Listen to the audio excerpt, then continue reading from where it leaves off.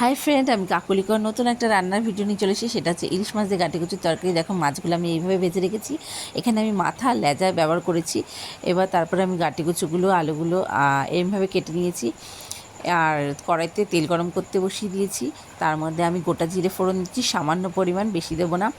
আর আলুগুলো ভাজতে বসিয়ে দিয়েছি। গোটা জিরে দেওয়ার পর আলুগুলো দিয়ে দিয়েছি।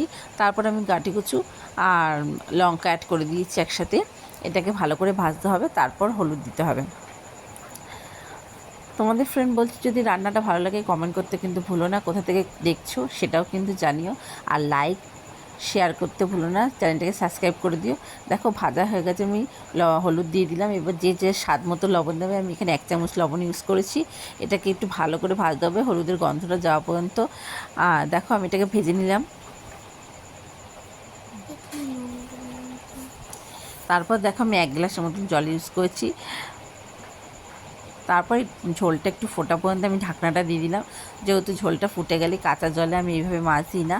এবার যখন ঝোলটা একটু ফুটে যাবে, তারপর আমি দেখো মাছগুলোকে অ্যাড করছি।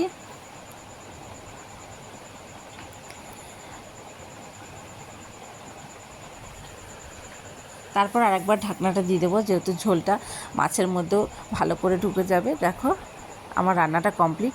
তোমাদের কেমন লাগলো আর একবার বলছি, কমেন্ট করতে কিন্তু ভুলো না, কমেন্ট করে জানিও। আর চ্যানেলটা লাইক করে দিও, শেয়ার করে দিও, সাবস্ক্রাইব করো। টাটা, আজকের মতো লাগছি।